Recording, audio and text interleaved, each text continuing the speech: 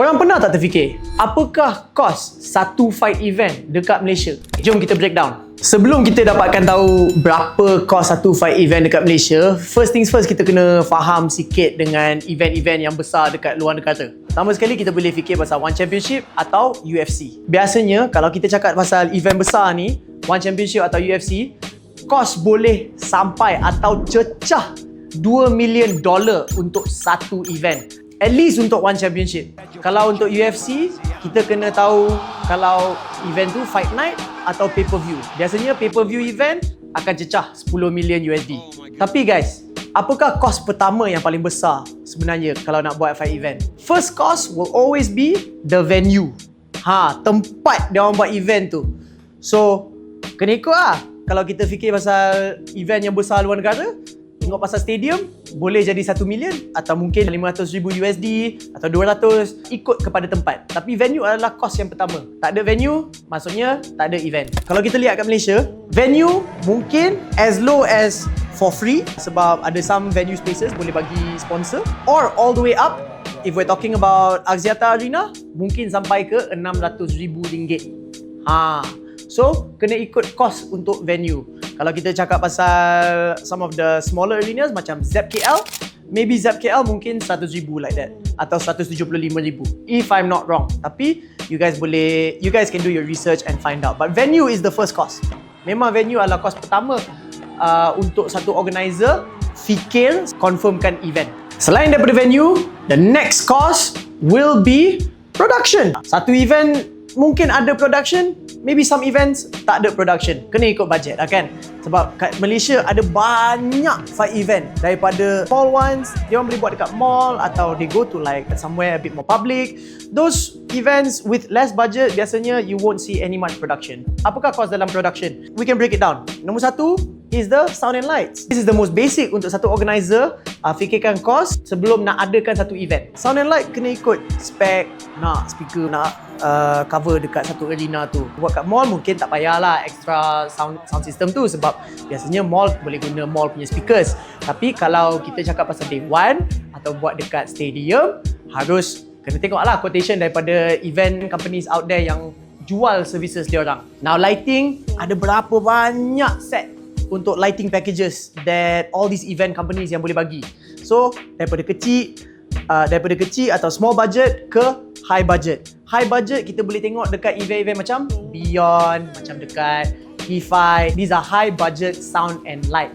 Usually ranging cost between 100 to 600k. Can go up to 600. You will be surprised. But it's a lot of money to make these kind of events. So this is something I nak share dengan all of you.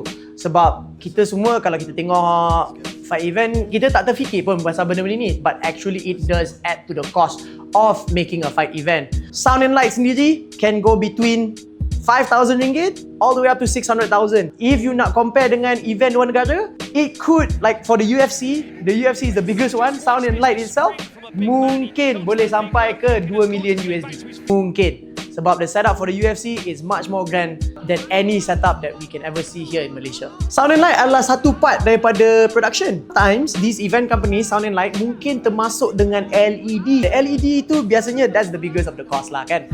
Depends. Kalau you nak satu LED macam tu, mungkin I think yang paling murah pun you can get 10,000. Itu pun tak sebesar sangat, tapi itu satu LED saja.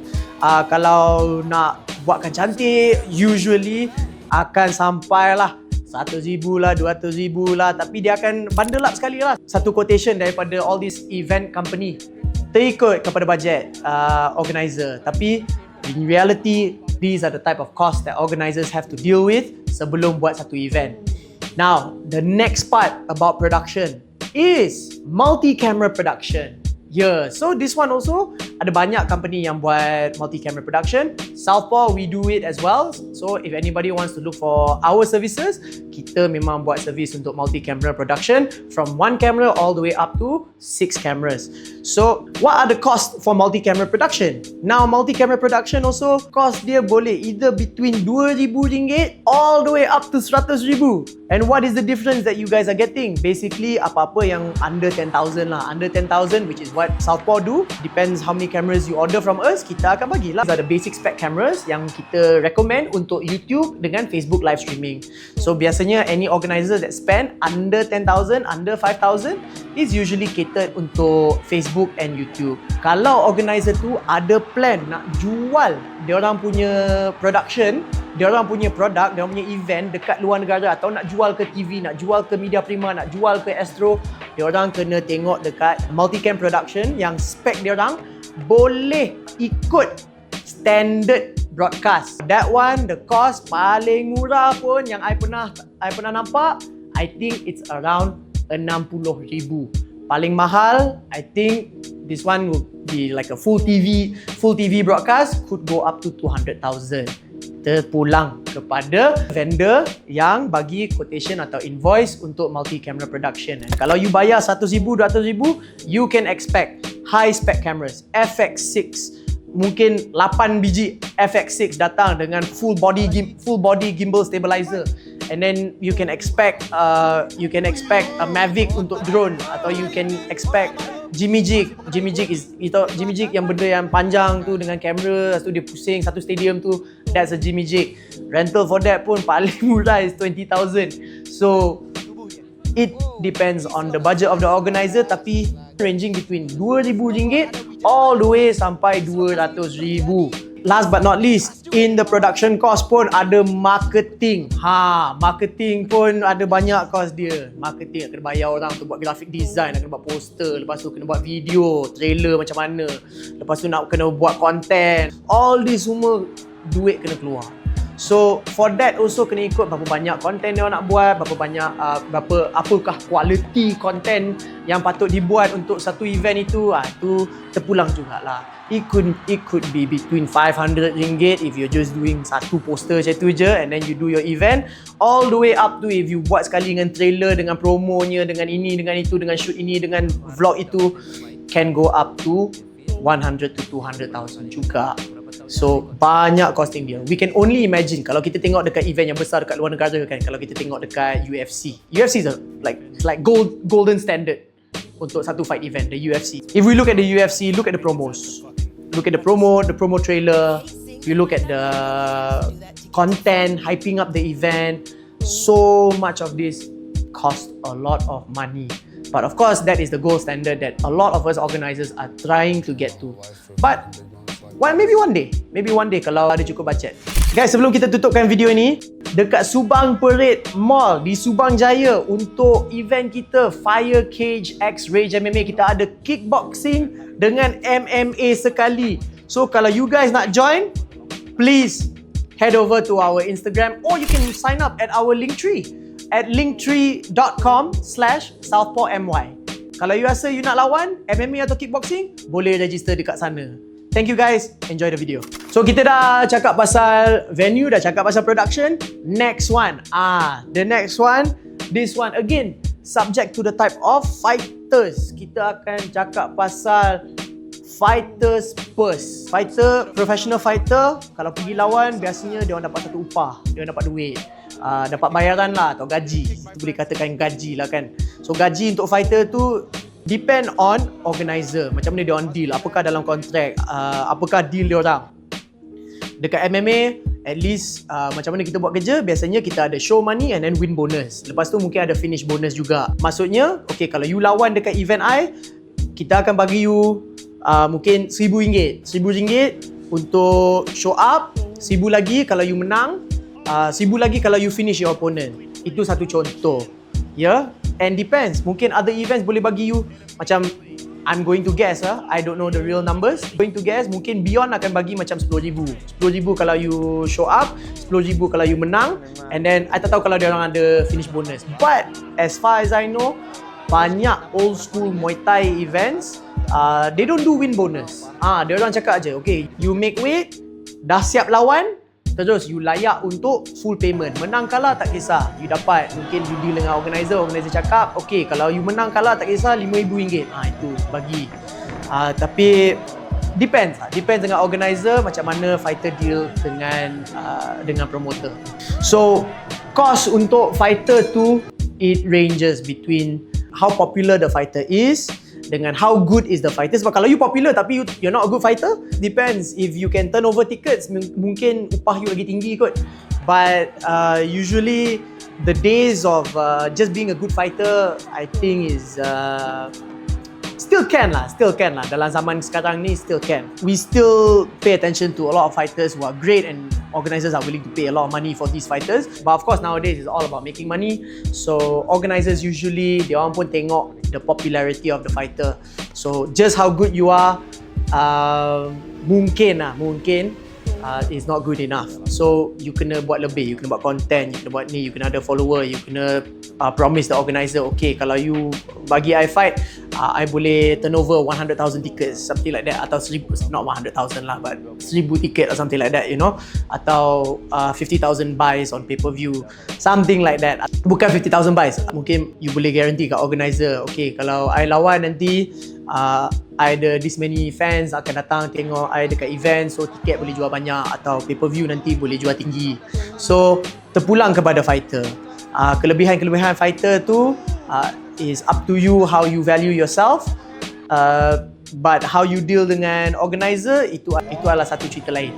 Those are the 4 main categories lah of the cost untuk buat satu fight event: venue, production, marketing dengan fighter. But there are a lot of other costs juga. A lot of other costs that I would love to share with you adalah, pertama sekali, insurance. Not all insurance company akan cover full insurance untuk fighter, but I know dekat Malaysia nak dapat fight insurance memang impossible, especially as a professional. Fight insurance hanya diberi kepada amateur fighters who are not fighting for money, and only layak, if I'm not wrong, for sport macam Muay Thai, Taekwondo. I think amateur boxing layak juga, as long as they are competing and they are not fighting for money. So the moment they fight for money, insurance companies biasanya dia anggapkan fighter tu adalah seorang fighter professional, and ini adalah termasuk amateur fighter yang lawan untuk tournament. Yang lawan untuk tournament yang akan ada grand prize, biasanya insurance takkan cover penuh. Maksudnya whatever happens to you in the ring, you are not insured. Tetapi setiap organizer harus apply untuk something called personal accidents insurance at the bare minimum. So personal accidents insurance maksudnya anything that happens to you on that day of event, outside of the ring, anything happen to you, you injured, you terjatuh, you will be insured for that. But you have to check with the organizer if they do pay for insurance.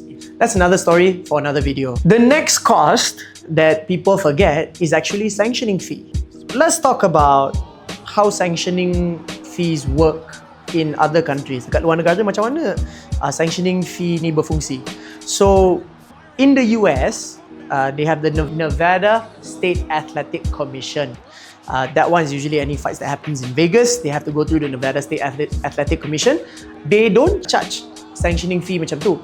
They take a percentage of the ticket sales, 3 to 5% if I'm not wrong. That's how the Nevada State Athletic Commission works.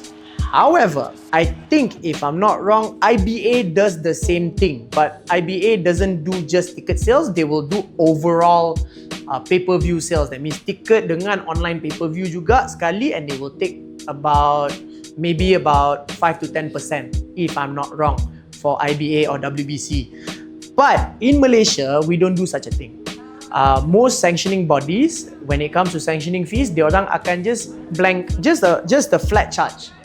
Just a flat charge between 2,000 all the way up to 10,000 depending on the type of event you buat. Kalau you buat professional event and then you tengah melibatkan professional fighter, sanctioning fee dia memang akan tinggi lagi. Tapi terpulang kepada badan sanctioning yang diberi untuk event tersebut. So, kalau kickboxing, kena ikutlah apakah badan sanksi untuk kickboxing. Kalau Muay Thai, memang kena ikut perintah Persatuan Muay Thai Malaysia. Untuk MMA, kita ada Malaysian MMA Association. Boxing ada Persatuan Tinju Malaysia, and also untuk boxing ada Malaysian Professional Boxing Federation. Terpulang kepada any of these sanctioning bodies dengan sanctioning fee diorang. Next up, I love this one for last, but there is the mention of all the crew related workers of a fight event. Biasanya any any fight event nak buat, memang kena ada crew diorang, kena ada floor manager, you kena ada fight inspector, backstage inspector, ring atau cage inspector, and then of course most important out of all the crew members will be the medical team. That's up to the organizer whether dia orang nak 1 ambulance, 2 ambulance atau 3 ambulance. Kenapa satu event nak lebih daripada 1 ambulance? In an event kan, kalau satu fighter terpaksa dihantar ke emergency room into the ER, 2 ambulance kena standby. In case the next fight, kalau that fighter juga kena masuk ER, at least ada satu ambulance, at least ada another ambulance ready. So for fight event, 1 ambulance usually tak cukup. Usually need at least 2. But of course, kena ikut budget. What happens when a fight event hanya boleh mampu untuk 1 ambulance? Bila ada injury of a fighter and 1 ambulance dah deploy ke emergency room, event tak boleh dijalankan until the ambulance come back. Disebabkan in case kalau ada satu lagi fighter injured and terpaksa naik ambulance into the ER again, at least there is an ambulance on standby. Of course, a lot of us can always say, oh tapi kita boleh order Grab atau member boleh hantar macam tu. Of course, that is not the safe way to do things. Okay? Sebab if your friend sends you and then something worse happens to you because you are in a state of injury, so that is not a very responsible thing to do. But ambulance is actually part of the costing. And of course, this one depends on the organizer whether they take 1 or 2 or even 3 ambulances depending on the event. Okay? So that's about it guys. I'm pretty sure that is all the most important stuff yang I boleh cover untuk costing untuk satu event. But I hope you guys learn a lot from this video. My name is Daniel Chi. Thank you so much. Until the next one. I think I nak try buat more bahasa content. But we'll see how. If you guys enjoyed the bahasa content, please leave a comment down below. Suruh Dan cakap bahasa Melayu lebih sikit. Kalau bahasa I kekok sikit, sebab bahasa is my second language. But I try my best. Every day I speak bahasa. Okay? Thank you so much guys. See you.